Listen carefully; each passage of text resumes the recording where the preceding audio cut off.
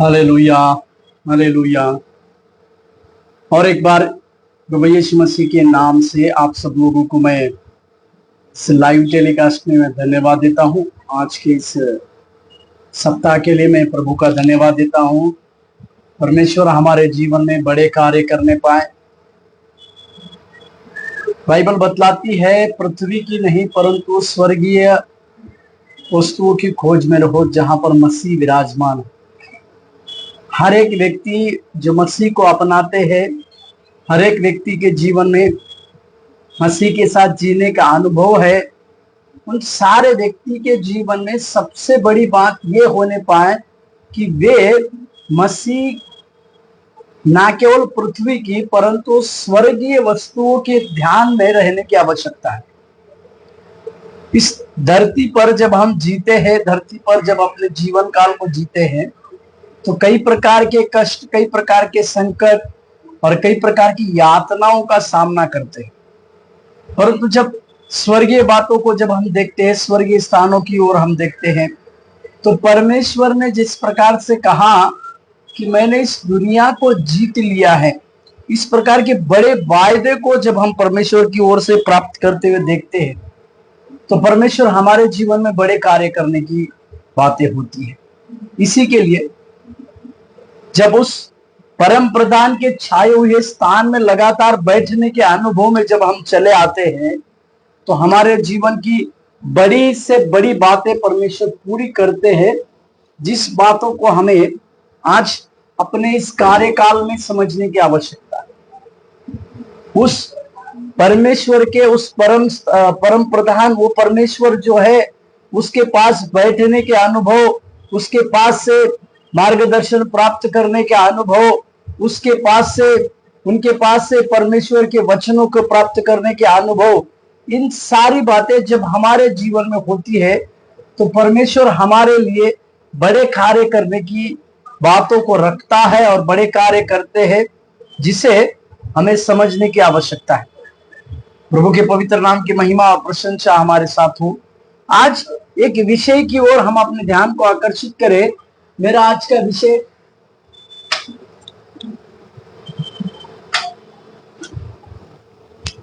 का विषय जो है वो अपने स्वप्नों को जगाओ बोलकर मैं इस विषय के ऊपर आपको कुछ परमेश्वर की बातों को और परमेश्वर के वचनों से कुछ बातों को कहने पर आया। हमारे जीवन में हम कई एक स्वप्नों को देखते हैं, कई एक स्वप्न हमारे जीवन काल में हम रखते हैं। उन सारे स्वप्नों को कुछ उचित समय में जब हम पूरे होते हुए नहीं देखते हैं, हमारे स्वप्न मुरझा जाते हैं या हम उन स्वप्नों से भूल जाते हैं। परंतु पवित्र शास्त्र हमें बतलाती है, लगातार उस स्वप्नों को जगाए रखने की आवश्यकता है। एक वचन पढ़िएगा मेरे साथ,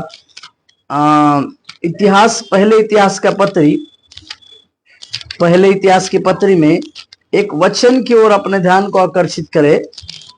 पहला इतिहास, उसमें इस प्रकार से लिखा हुआ है,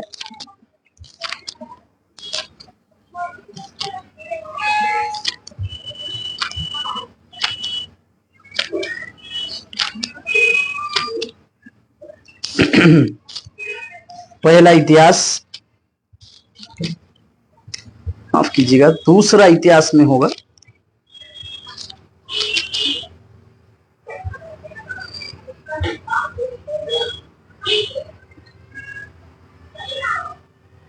हाँ, पहला इतिहास उसके 16वें अध्याय और 11वें वचन। पहला इतिहास के पत्री उसके 16वें अध्याय और उसके 11वें वचन को अगर आप देखेंगे तो पता चले, उसमें लिखा हुआ है, यहोवा और उसके सामर्थ की खोज करो, उसके दर्शन के लिए लगातार खोज करो। यहां पर राजा दाऊद का यह धन्यवाद का भजन को हम देखते हैं। राजा दाऊद के पास भी एक स्वप्न था। राजा दाऊद के पास परमेश्वर के उस भवन को बनाने का स्वप्न था बोलकर हम देखते हैं। राजा दाऊद जब इस बड़े से अपने बड़े महल में जब सो गया था, तो उसे याद आता है कि उसका परमेश्वर के वाचा का संदूक उस तरह से उजाड़ पड़ा है। तो उसके मन में और परमेश्वर का मंदिर इस प्रकार से उजाड़ा हुआ है। तो उस राजा दाऊद के मन में इस प्रकार से एक बात आती है कि परमेश्वर के मंदिर को बनाने का स्वप्न उसके पास था, परंतु इसके लिए वो परमेश्वर से पूछते हैं, तो परमेश्वर से इस बात को प्राप्त करते हैं कि तू नहीं परंतु तेरा निज पुत्र सुलेमान उस मंदिर का निर्माण करेगा। यहां पर जब इस वचन को धन्यवाद के साथ जब वो राजा दाऊद कहते हैं, उस धन्यवाद के समय में जब वाचा का संदूक उनके पास लाया गया था, उस समय वो धन्यवाद अधिक अधिक धन्यवादित होके दो शब्दों के ऊपर वो जोर देते हैं। पहला शब्द, उसके सामर्थ्य की खोज को। हमारे जीवन में कौन हमें सामर्थ्य देता है? यदि आप पौलुस को पूछेंगे तो उसमें लिखा हुआ है, फिलिपियों का पत्री 4 अध्याय के 13वें वाक्य में अगर हम पढ़ेंगे तो हमें पता चलेगा। फिलिपियों का पत्री 4 अध्याय के 13वें वाक्य में अगर पौलुस को इस प्रकार से पूछे तो पौलुस का कहना है, फिलिपियों का पत्री 4 अध्याय के 13वें वाक्य में, जो मुझे सामर्थ्य देता है उसी में मैं सब कुछ कर सकता हूं। मेरे प्यारो, पौलुस को जो सामर्थ्य देने वाला, पौलुस को जो शक्ति देने वाला, पौलुस को जो अभिषेक करने वाला वो परमेश्वर है। और उस परमेश्वर के नाम में पौलुस सब कुछ करने की ताकत रखता है। इसी पौलुस ने उसी अभिषेक के द्वारा कई एक कलीसियाओं का निर्माण किया। इस पवित्र शास्त्र में कई एक पत्रियों को लिखा और कई एक रहस्य, कई एक गहरे प्रकाशन की बातों को परमेश्वर की सामर्थ्य के द्वारा इस पौलुस ने अपने जीवन में प्राप्त किया। इसी के लिए जब आप और हम इस प्रकार के उस सामर्थ्य की खोजने की बातों को जब करते हैं, तो सबसे पहले एक बात को हमारे इस हृदय की पटरी पर रखने की आवश्यकता है, वो है कि उसके सामर्थ्य में हम सब कुछ करने वाले बनते हैं, या उसकी सामर्थ्य जब हमारे पास आती है तो हम सब कुछ करने वाले बनेंगे। प्रभु के पवित्र नाम की महिमा और प्रशंसा हो। इसी के लिए लगातार लगातार हम उसके सामर्थ्य की खोज करने की आवश्यकता है। यहां पर जो शब्द लिखा हुआ है, और दूसरा, उसके दर्शन के लिए लगातार खोज करो। उस परमेश्वर के दर्शन की बातों के लिए, उस परमेश्वर के उस अभिषेक की बातों के लिए लगातार खोज करने की आवश्यकता है। यहां पर शब्द लगातार लिखा है, इसका मतलब कंटिन्यूअस टेंस है। मतलब ऐसा नहीं कि हमने कई साल पहले परमेश्वर के एक दर्शन को प्राप्त किया था, कई साल पहले मैंने सेवकाई के एक दर्शन को प्राप्त किया था, अभी हमारे जीवन में किसी भी प्रकार के दर्शन नहीं है। या कई साल पहले मैंने परमेश्वर की उस सीन आवाज को, शांत आवाज को सुना था और हम उस सेवकाई के लिए दौड़े आए थे, उस सेवकाई की बातों को पूरा करने के लिए आए थे, परंतु आज हम उस प्रकार की सेवकाई की बातों को नहीं करते हैं।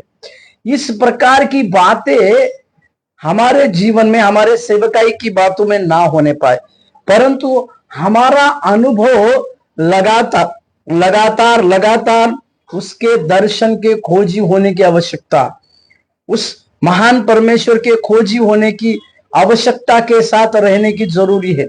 इसी के लिए हमारे जीवन में इस बात को समझने पाए कि उस परमेश्वर की सामर्थ, वो परमेश्वर की सामर्थ किस प्रकार से हमारे जीवन में काम करती है, परमेश्वर वो हमारे जीवन के लिए क्या करता है बोलकर अगर हम उस यहूदा को अगर पूछेंगे तो यहूदा उसके विषय में एक शब्द की बातों को लिखता है। यहूदा का पत्री 1 अध्याय उसके 24वें वचन को देखिएगा।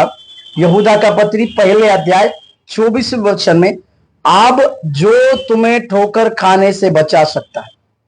मेरे प्यारों, परमेश्वर की वो सामर्थ्य जब हम प्राप्त करते हैं, परमेश्वर की उस खोजी बनने के अनुभव में जब हम आते हैं, परमेश्वर से उस दर्शन प्राप्त करने के अनुभव में जब हम चलते हैं या चले आते हैं, तो वो हमें ठोकर खाने से बचा सकता है।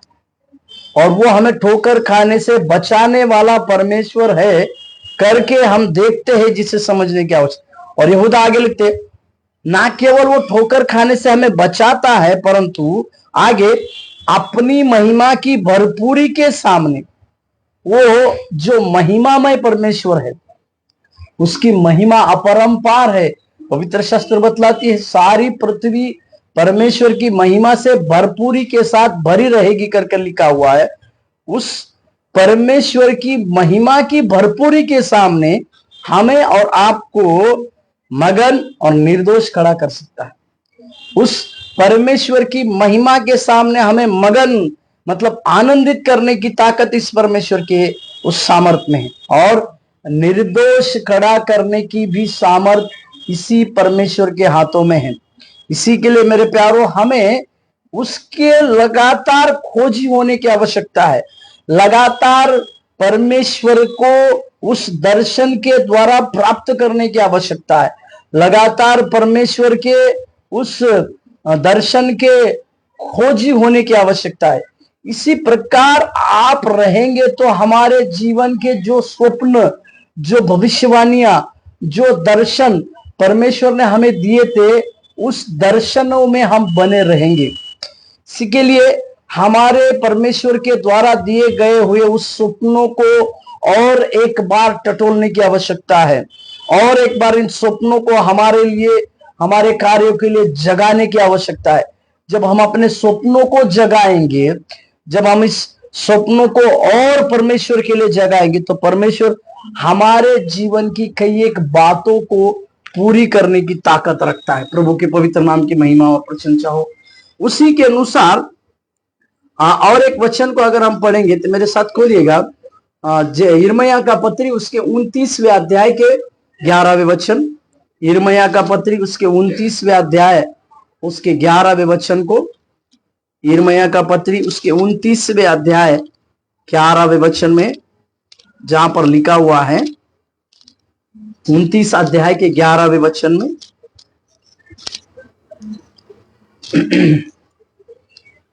क्योंकि यहोवा की यह वाणी है कि जो कल्पनाएं मैं तुम्हारे विषय करता हूं उन्हें मैं जानता हूं, वे हानि की नहीं वरन कुशल ही की है, और अंत में तुम्हारी आशा पूरी करूंगा। हालेलुया। हमारी आशा को पूरी करने वाला परमेश्वर हमारे साथ है। हमारे जीवन की कई एक बातों को पूरी करने की ताकत रखने वाले परमेश्वर को हम पाए हुए हैं।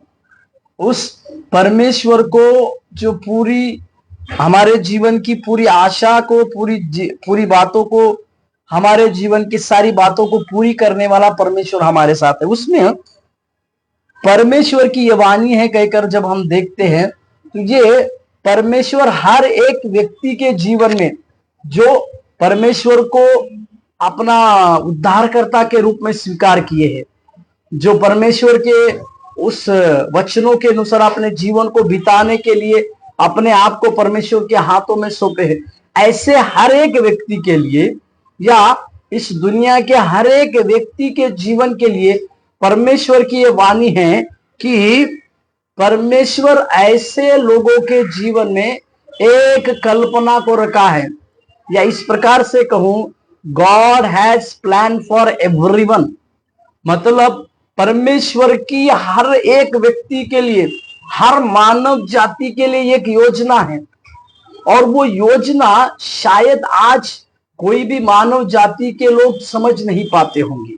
शायद उस योजना की बातें उस किसी के चित्त में, किसी के मन में नहीं आई होगी, क्योंकि वचन में इस प्रकार से लिखा, पहले कुरिन्थियों की पत्री उसके 2 अध्याय के 9वें वचन के आखिरी भाग को अगर हम पढ़ते हैं, पहला कुरिन्थियों उसके 2 अध्याय के 9वें वचन का आखिरी भाग, इसमें लिखा है, वे ही है जो परमेश्वर ने अपने प्रेम रखने वालों के लिए तैयार किया है। मतलब परमेश्वर से जो लोग प्रेम करते हैं, परमेश्वर से जो लोग अपने जीवन की बातों को पुकारते हैं, या परमेश्वर से लगातार प्रेम करने के उस अनुभव में जो लोग चले आते हैं, ऐसे सारे लोगों के जीवन में परमेश्वर की एक योजना है, और वो योजना शायद आज के समय में वो कोई भी लोग नहीं समझ पा रहे हों, और किसी के भी मन में इस प्रकार की बातें शायद नहीं आ रही होगी कि परमेश्वर का योजना या परमेश्वर की बड़ी प्लान मेरे जीवन में है। इस प्रकार की बातें शायद किसी के भी मन में नहीं आती होंगी।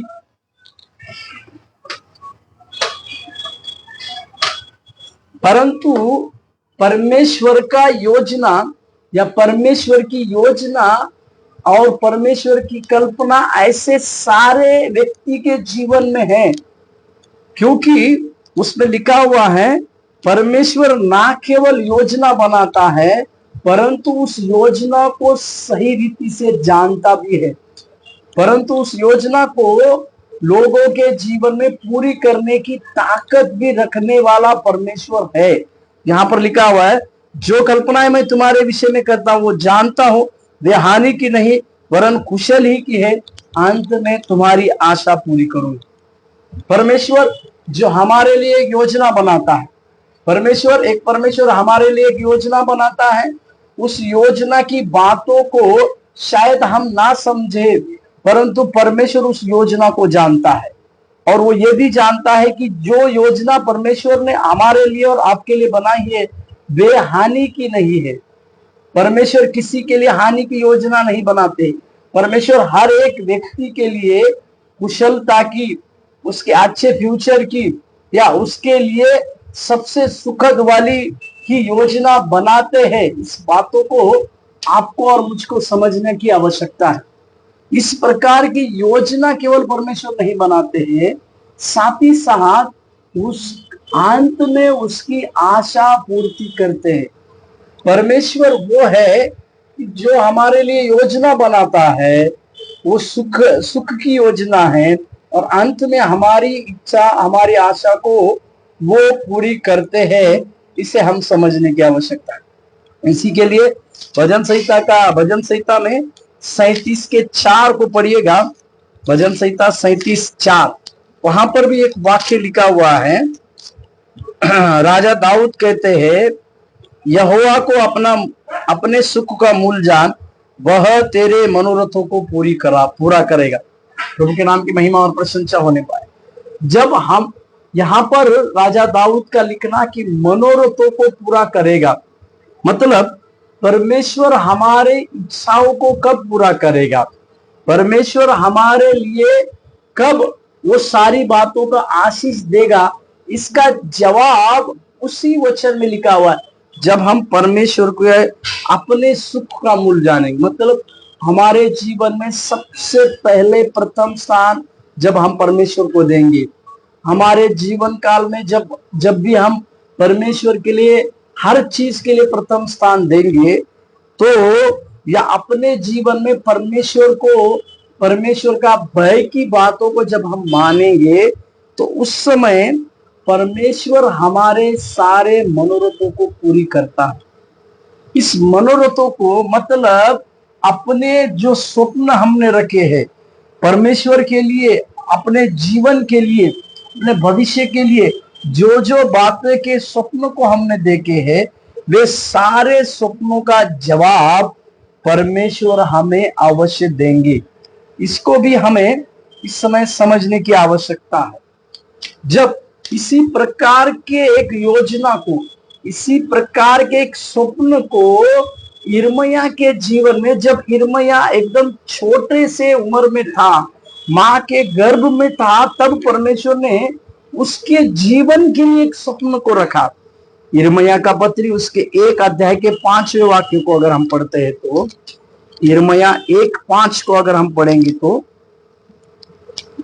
यिर्मयाह 1:5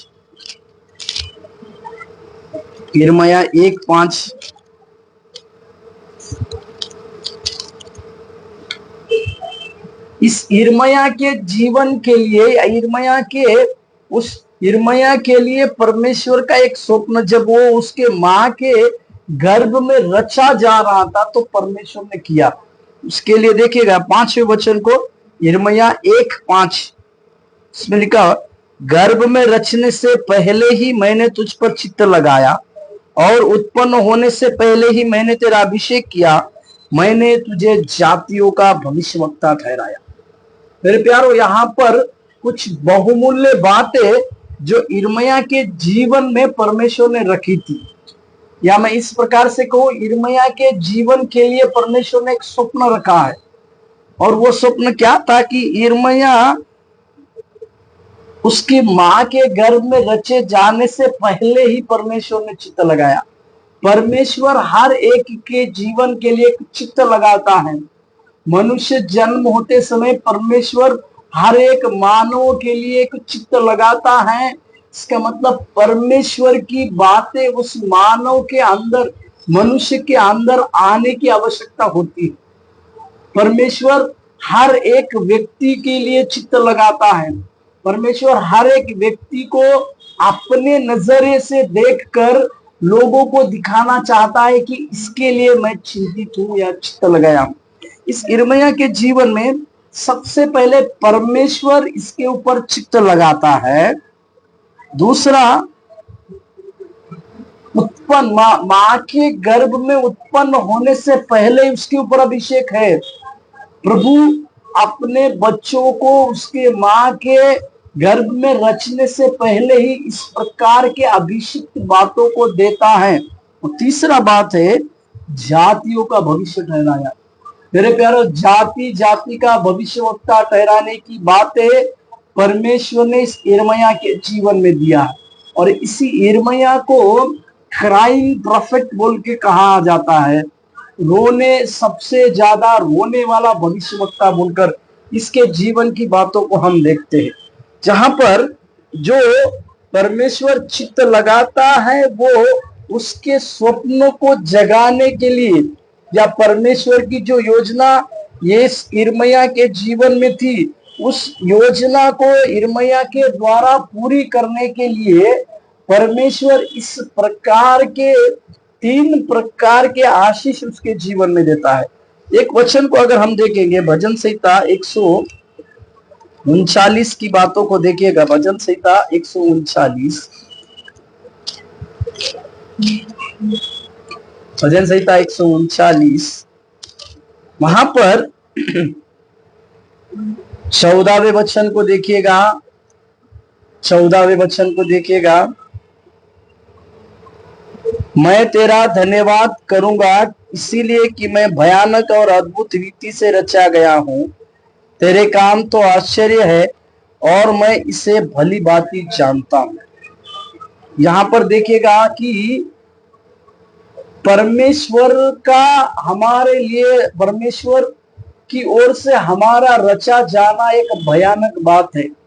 इसी के लिए यहाँ पर दाऊद कहते हैं कि मैं मां के घर में रचा जाना ये अद्भुत और भयंकर रीति से रचा गया, और परमेश्वर के जो भी मेरे जीवन के काम हैं वे सारे आश्चर्य काम हैं, और उन सारे आश्चर्य कामों को मैं भली भांति जानता हूं बोलकर राजा दाऊद इस भजन को लिखते हैं।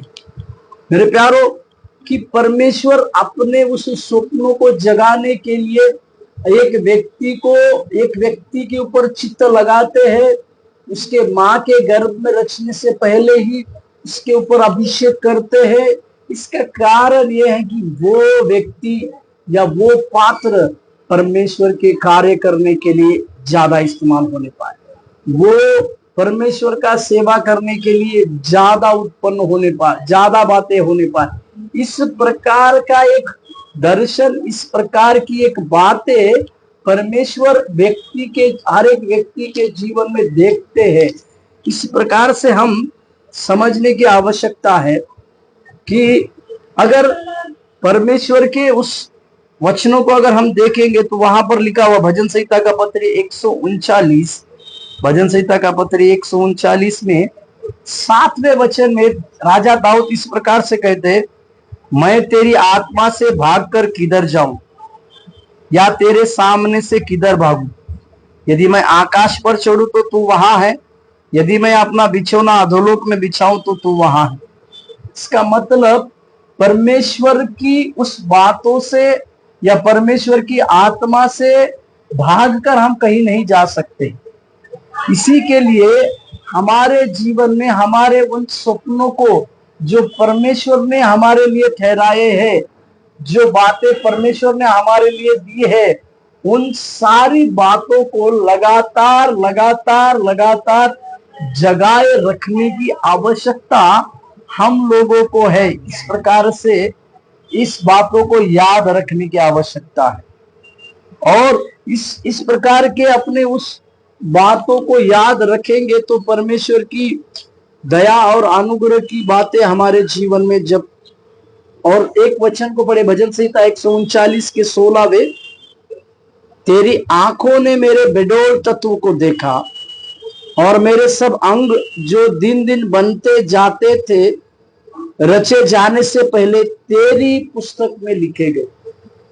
मतलब परमेश्वर इस प्रकार से हर एक व्यक्ति को जब बनाते हैं, उसके एक एक अंग की बातों को जब परमेश्वर बनाते हैं तो उसके पीछे परमेश्वर की कई एक प्रकार की बातें सम्मिलित होती है।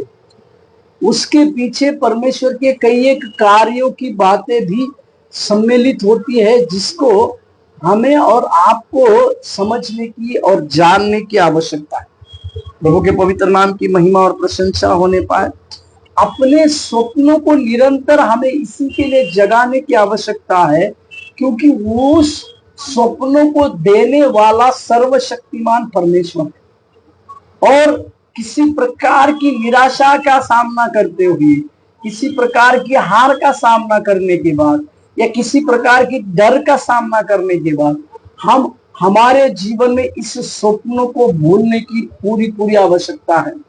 इसी के लिए हम हमारे जीवन में इन स्वप्नों को लगातार लगातार जगाए रखने की आवश्यकता है। एक वचन को पढ़िएगा, इफिसियों के पत्री 3 अध्याय के 20वें वचन। इफिसियों की पत्री 3 अध्याय उसका 20वां वचन देखिएगा। इफिसियों की पत्री 3 अध्याय 20वां वचन। इफिसियों की पत्री 3 अध्याय का 20वां वचन। अब जो ऐसा सामर्थ्य है कि हमारी विनती और समझ से कहीं अधिक काम कर सकता है, उस सामर्थ्य के अनुसार जो हम में कार्य करता है। कौन परमेश्वर कौन है जो हमारी विनती और समझ के समझ से भी बड़े कार्य करता है। इसी के लिए वो पुराना फादर ब्रैकमैन्स के गीत को हम गाते, विनती से विचारों से बढ़कर करता है, विनती से विचारों से बढ़कर करता है, आनंद मनाओ सब दुख भूल कर आनंद मनाओ। इस प्रकार से हमारी विनती और हमारे विचारों से बड़े कार्य करने की सामर्थ्य उस परमेश्वर के हाथों में है। इसी के लिए जब हम अपने उस सामर्थ्य की खोज करते हैं तो हमारे स्वप्नों को हमें जगाने की आवश्यकता है। स्वप्नों को जगाने की, स्वप्न में जागे रहने की आवश्यकता है, क्योंकि इफिसियों का पत्र उसके 5वें अध्याय में इस प्रकार से लिखा हुआ है। इफिसियों का पत्री 5वें अध्याय के 14वें वचन। इफिसियों का पत्री 5वें अध्याय 14वें वचन। इस कारण वह कहता है, हे सोने वाले जाग और मुर्दों में से जी उठ, तो मसीह की ज्योति तुझ पर चमकेगी। मेरे प्यारों, हमें हमारे जीवन के उस स्वप्नों को अगर जगाना है तो उस आत्मिक नींद से हमें जागने की आवश्यकता है, या उस नींद में अगर हम हैं तो उस मसीह की ज्योति हमारे ऊपर आने के लिए हमें अपने आप को सौंपने की भी आवश्यकता है। क्योंकि जब हम उस नींद में से, आत्मिक नींद में से जागेंगे तो मसीह की ज्योति हम पर चमकेगी, और मसीह की ज्योति हमारे ऊपर चमकना मतलब हमारे सपनों को परमेश्वर फिर से रिस्टार्ट करना है, हमारे जीवन की बातों को परमेश्वर फिर से शुरू करना है। इस बातों को आप और हम अच्छे से समझने पाए। बाइबल में यूसुफ नामक एक व्यक्ति के पास 17 साल की उम्र में एक दर्शन था बोलकर लिखा हुआ है। केवल 17 साल का, जो अपने बाप की भेड़ बकरियों को चलाने वाला एक साधारण लड़का था, परंतु इस साधारण लड़के के पास असाधारण दर्शन को, असाधारण स्वप्नों को परमेश्वर ने दिया। क्योंकि पवित्र शास्त्र इस प्रकार से बतलाती है कि वो ये जो लड़का जो था, अपने भाई जिस प्रकार से बुरा काम करते थे, उनके बुरे व्यवहारों की कहानी अपने पिता के पास कहते थे। मेरे साथ खोलेगा भजन उत्पत्ति 37वें अध्याय, उत्पत्ति 37वें अध्याय को खोलिएगा। इसमें इस प्रकार से लिखा है कि दूसरे वचन को अगर पहले दूसरे वचन को देखो, उत्पत्ति 37। याकूब के वंश का वृत्तांत यह है, यूसुफ 17 वर्ष का होकर अपने भाइयों के संग भेड़ बकरियों को चराता था, और वह लड़का अपने पिता की पत्नी बिल्ला और जिल्पा के पुत्रों के संग रहा करता था, और उनकी बुराइयों का समाचार अपने पिता के पास पहुंचाया करता। मेरे प्यारों, छोटेपन में इस यूसुफ के पास परमेश्वर का एक अच्छा गुण ये था कि बुरी बातों को करने वाले लोगों को वो पसंद नहीं करता था। अपने पिता के विरुद्ध में बुरे काम करने वाले, भले ही अपने भाई लोग क्यों ना हो, उनको वो पसंद नहीं करता था बोलकर लिखा हुआ है। वो इसी के लिए अपने पिता का सर्वश्रेष्ठ बेटा बना, इसी के लिए वो पिता का सबसे अच्छा बेटा भी बना बोलकर लिखा हुआ है। और परमेश्वर बुराई की बातों को रखने वाले लोगों से बैर तो करता है, परंतु बुराई की बातों को जड़ से दूर करने वाले लोगों को पसंद करता है। इसी के लिए 5वें वचन में अगर हम देखते, साधारण लड़के के पास परमेश्वर का एक असाधारण स्वप्न आता है, और ये स्वप्न ना केवल यूसुफ के जीवन को बदलने के लिए कामयाब रहा, परंतु पूरे उस मिस्र देश को बदलने के लिए कामयाब रहा बोलकर हम देखते हैं। 17 साल की एक छोटी सी उम्र में इस यूसुफ नामक व्यक्ति के पास एक स्वप्न आता है, और ये स्वप्न 30वें साल में पूरा होता है बोलकर पवित्र शास्त्र कहते हैं। परंतु इस 13 साल तक की जो उम्र की बातें हैं, ये 13 साल का जो सफर उसके लिए था, उस पूरे सफर में यूसुफ ने अपने सपनों को निरंतर निरंतर जगाए रखा बोलकर देखते, क्योंकि पवित्र शास्त्र उसके बारे में बतलाती है। भजन संहिता 130 मेरे साथ खोलिएगा, भजन संहिता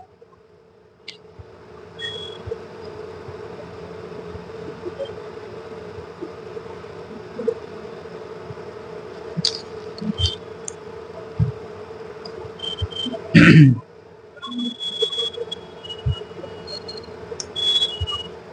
इसमें इस प्रकार से कहा गया है कि परमेश्वर का वचन जब तक इस बातों को पूरी ना हो, वो उसे टटोलता या कसौटी में लाता गया। भजन संहिता 105, भजन संहिता का 105 के 19वें वचन को देखेगा।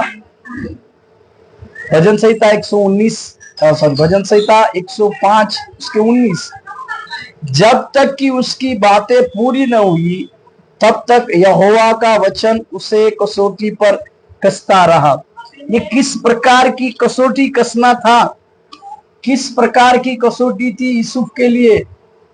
बिना गलती किए हुए अपने भाइयों के द्वारा ईर्ष्या प्राप्त करने की कसौटी थी, और इस कसौटी में वो उस सूखे खड्डे में जाके उसे गिरा दिया जाता है, और अपने खुद के भाइयों के द्वारा, मिस्री लोगों के द्वारा बेचा जाने की कसौटी है, और उस मिस्री के द्वारा एक पोटीफर नामक एक घर में गुलामी का जीवन बिताने की कसौटी थी। इस प्रकार की कसौटी में जब जब यूसुफ रहा, यूसुफ ने अपने स्वप्नों को निरंतर निरंतर जगाया बोलकर हम देखते, क्योंकि उसको पता था कि जिस परमेश्वर ने मुझे उस उम्र में दर्शन दिया है, दर्शन देने वाला परमेश्वर झूठा नहीं होता है। इसी के लिए यूसुफ अपने जीवन काल की बातों को इसी तरह से सोचते रहा होगा कि जिस दर्शन को मैंने पाया है उस दर्शन के अनुसार ही मेरे जीवन में सही कुछ बातें होगी। एक बहुत बड़े पद में यूसुफ का आना ये परमेश्वर की ओर से था। एक वचन को मैं आपको दिखाना चाहता हूं, मेरे साथ निकालिएगा। उत्पत्ति उसके 41वें अध्याय 46वें वचन, उत्पत्ति 41-46। जब यूसुफ मिस्र के राजा फिरौन के सम्मुख खड़ा हुआ तब वह 30 वर्ष का था। मेरे प्यारो, लगातार स्वप्नों को जगाने वाला यूसुफ उस सूखे खड्डे में अपने स्वप्न के बारे में सोचता था।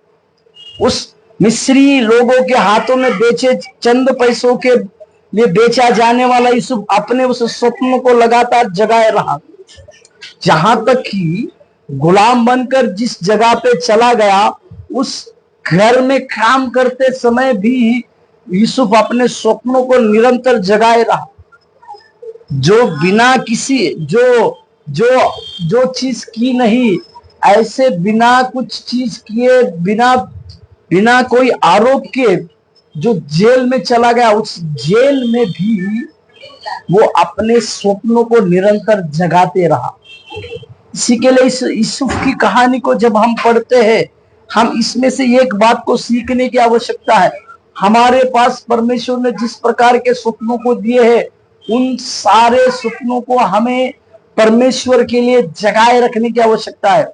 हमारे लिए परमेश्वर ने जो बातों को दिया है, उस बातों को निरंतर जगाए रखने की आवश्यकता आज हमारे जीवन में परमेश्वर से हम प्राप्त करें। उस यूसुफ के जीवन में इस बात को आप और हम समझने की आवश्यकता है कि वो यूसुफ, वो जिस जेल में जो बिना गलती किए हुए उस सजा को काटा, वहां पर परमेश्वर के द्वारा कई प्रकार के बातों को खुलते हुए हम देखते हैं। किस प्रकार की बातों को परमेश्वर ने खोला, इसको हम समझने की आवश्यकता है। जिस वचन को अभी हमने पढ़ा, जो व्यक्ति, जो यूसुफ जो उस सूखे गड्ढे में गिरा, जो यूसुफ पोटीफर को मिस्री लोगों को बेचा गया, जो यूसुफ पोटीफर नामक एक घर अंगरक्षक के यहाँ पर गुलाम बनकर काम कर रहा था, जो यूसुफ बंदीगृह में चला गया, एक कैदी बनकर चला गया, परंतु पवित्र शास्त्र बतलाती है जो वचन, एक समय ऐसा आया फिरौन के सम्मुख खड़ा हुआ। और फिरौन के सम्मुख खड़ा होना ही यूसुफ के जी की सबसे बड़ी बात थी, क्योंकि यहां से उसके जीवन की पलटने वाली बातों को हम देखते हैं। क्योंकि निरंतर स्वप्न को जगाने वाले इस यूसुफ का स्वप्न पूरा होने की बातों को राजा के पास आना जरूरी था, और उसी राजा के सम्मुख में खड़ा हुआ, उसी मिस्र देश के उस राजा के सम्मुख में खड़ा हुआ, और राजा ने इसे अपना उस पूरे नगर का, उस देश का प्रधानमंत्री ठहराया।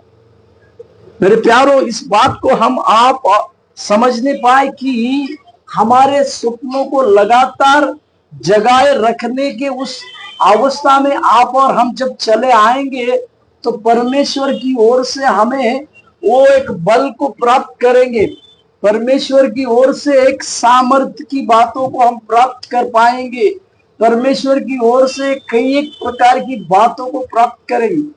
और एक व्यक्ति जिसने अपने जीवन काल में अपने सपनों को जगाए रखा, उसकी बदौलत उसके जीवन में क्या थी, मेरे साथ खोलेगा प्रेरितों के काम 7वें अध्याय और 23 और 23वें वचन को पढ़ रहा हूं मैं।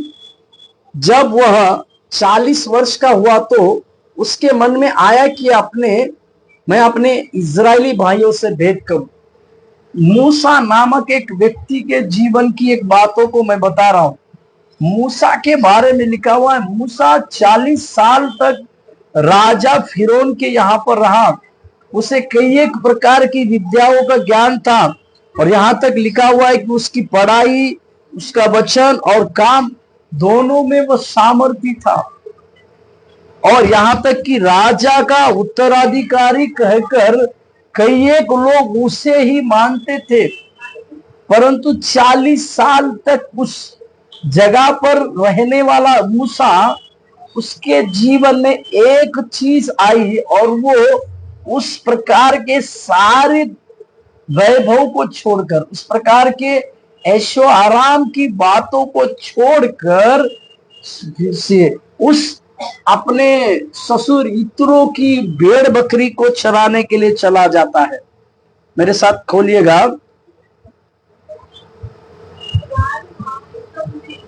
उसी प्रेरितों के काम 7वें अध्याय के 29वें वाक्य को देखिएगा।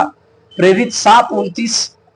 यह बात सुनकर मूसा भागा और मिद्यान देश में परदेशी होकर रहने लगा। इस मिद्यान देश में 40 साल तक जो बुद्धि की बातों को सीखा हुआ मूसा, कई एक प्रकार की युद्ध की बातों में निपुण रहने वाला मूसा भागकर मिद्यान देशों को जाता है। वो भेड़ बकरियों के संग अपने जीवन को बिताता है। निर्गमन का पत्री उसके 3रे अध्याय को खोलिएगा। निर्गमन का पत्री उसके 3रे अध्याय,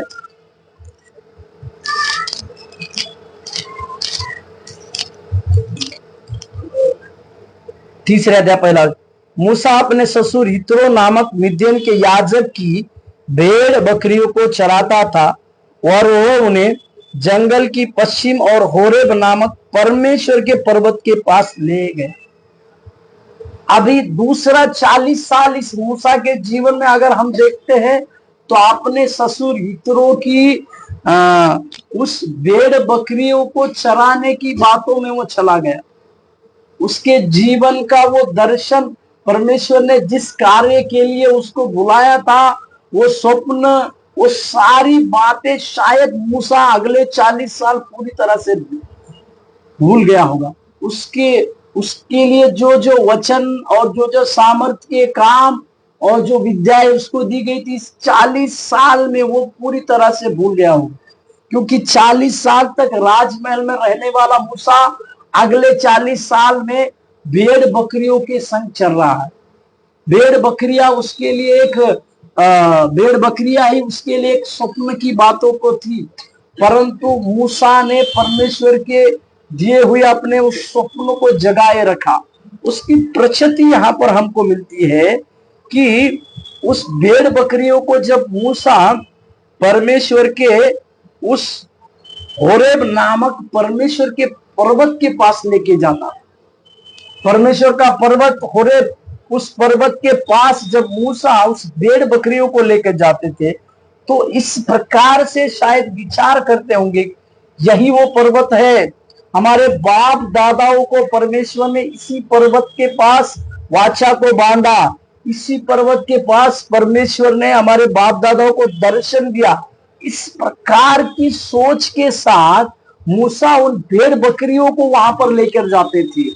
और एक समय आया, परमेश्वर ने मूसा के अंदर की उस जील को देखा कि मूसा अभी इस बात के लिए पर्याप्त है कि परमेश्वर से उसका दर्शन भूला नहीं है, वो अपने सपनों को जगाया हुआ है कर इस बात की प्रचिति परमेश्वर को आने के बाद परमेश्वर ने दूसरे वचन, निर्गमन 3 अध्याय 2 वचन, और परमेश्वर के एक दूत ने कटीली झाड़ी के बीच आग की लौ में उसको दर्शन दिया, और उसको दृष्टि उठाकर देखा कि झाड़ी जल रही है, बरबस नहीं।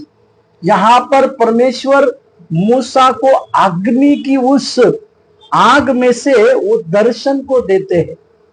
आग परमेश्वर का प्रताप को दिखाती है, आग परमेश्वर के सामर्थ को दिखाती है। और परमेश्वर इसी मूसा को, जो केवल अपना स्वप्न जगाया हुआ है, इसी के लिए इस मूसा को इस अग्नि का दर्शन देना चाहता है। क्योंकि हम सब लोग जानते हैं, नए नियम में प्रेरितों के काम 2 अध्याय में परमेश्वर ने अग्नि का अभिषेक लोगों को किया, क्योंकि परमेश्वर इन्हीं के द्वारा नए नियम की कलीसिया हो और जगत को उलट पुलट करने की बातें इसी अग्नि के अभिषेक के द्वारा परमेश्वर करना चाहता। इसी के लिए कटीली झाड़ियों में परमेश्वर ने इस मूसा को अग्नि की जगह में दर्शन दिया, और इस मूसा ने परमेश्वर के इस अद्भुत दर्शन को अपने जीवन में पाया। और परमेश्वर ने इस मूसा को दर्शन की बातों को जगाने के बाद तीसरे अध्याय के 9वें वचन को देखे, निर्गमन 3:9। इसलिए अब सुन, इस्राएलों की चिल्लाहट मुझे सुनाई पड़ी है और मिस्रियों का उन पर अंधेर करना मुझे दिखाई पड़ा है। 10वां वचन, इसलिए मैं तुझे फिरौन के पास भेजता हूं कि तू मेरी इजरायली प्रजा को मिस्र से निकाल ले आए। अभी परमेश्वर उस कटीली झाड़ियों के अग्नि ने जो दर्शन परमेश्वर ने मूसा को दिया, उसकी स्पष्टता बताते हैं। क्यों उस अग्नि में उस परमेश्वर ने उसे दर्शन दिया? क्योंकि परमेश्वर चाहते थे इजरायली लोगों को यही मूसा जो 40 साल तक राजमहल में रहा, 40 साल तक भेड़ बकरियों में रहा, परंतु निरंतर अपने स्वप्नों को जगाते रहा, इसी के लिए परमेश्वर उसे इस बातों को देते हैं। प्रेरितों के काम उसमें इस बातों को बहुत सुलभ से लिखा हुआ है। 7वें अध्याय 34वें वचन, प्रेरितों के काम 7वें अध्याय 34वें वचन, मैंने सचमुच अपने लोगों की जो मिस्र में है दुर्दशा को देखा है और उनकी आहा और उनका रोना सुना है, इसलिए उन्हें छुड़ाने के लिए उतर आया हूं। अब मैं तुझे मिस्र भेजता हूं। मेरे प्यारों, अपने जीवन में इसी प्रकार का उम्र होने के बावजूद 80 उम्र में परमेश्वर इस मूसा को इस जलती हुई झाड़ियों में दर्शन देते हैं। उसका कारण एक ही है, उसने अपने स्वप्नों को निरंतर जगाया। अपने स्वप्नों को जगाने के वजह से परमेश्वर ने इसी मूसा को इस झाड़ियों में दर्शन दिया बोलकर हम देखते हैं। मेरे प्यारों, कई एक बार कई एक सेवकाई के स्वप्नों को हमने परमेश्वर से पाए होंगे, कई एक भविष्यवाणी की बातों, कई एक दर्शनों की बातों को हम पाए होंगे। उस दर्शनों को पाने के बाद, उस स्वप्नों को पाने के बाद उसे निरंतर जगाए रखना हमारी पहली बात है। उस यूसुफ की तरह, उस मूसा की तरह हम अपने स्वप्नों को निरंतर जगाए रखेंगे तो परमेश्वर हमारे उस सारे स्वप्नों को पूरी करने की ताकत को देता है। जैसे हमने एक उदाहरण के रूप में देखा, यिर्मयाह के परमेश्वर ने उस माँ के गर्भ में रचे जाने से पहले ही उसके ऊपर इस चित्त को लगाया, क्योंकि उस यिर्मयाह में परमेश्वर इजरायलियों के ऊपर, इजरायली और जाति जाति के लोगों के ऊपर भविष्यवाणी करने वाला एक भविष्यवक्ता को देखता है। मेरे प्यारों, आज हम इस बातों को समझ नहीं पाए। यदि आप और हम अपने स्वप्नों को निरंतर जगाए रखेंगे तो परमेश्वर हमारे जीवन में बड़े से बड़े कार्य करता है। यदि हम अपने जीवन के परमेश्वर के दिए हुए हमारे स्वप्नों को हम निरंतर जगाए रखेंगे तो परमेश्वर हमारे जीवन में बड़े कार्य करने की ताकत रखता है। इसी के लिए हमारे उन स्वप्नों को हम याद करें, उस दर्शनों को याद करें जो परमेश्वर से हम पाए हुए, और उन स्वप्नों और उन दर्शनों को याद कर कर परमेश्वर के लिए बड़े से बड़े कार्य करने वाले बने, परमेश्वर के लिए बड़े कार्य करने की चाहत रखने वाले बने, तो परमेश्वर हमारे जीवन में कार्य करे। प्रार्थना। सेनानिधि धन्यवाद देते प्रभु जी। प्रभु, हमारे सपनों को निरंतर जगाने के लिए आपकी सामर्थ और आपकी बल ताकत हमारे ऊपर दीजिए परमेश्वर। उम्र आपके लिए हिसाब नहीं रखता प्रभु, हम प्रार्थना करते हैं परमेश्वर, हम हमारे सपनों को निरंतर जगाए रखने वाले बनने पाए।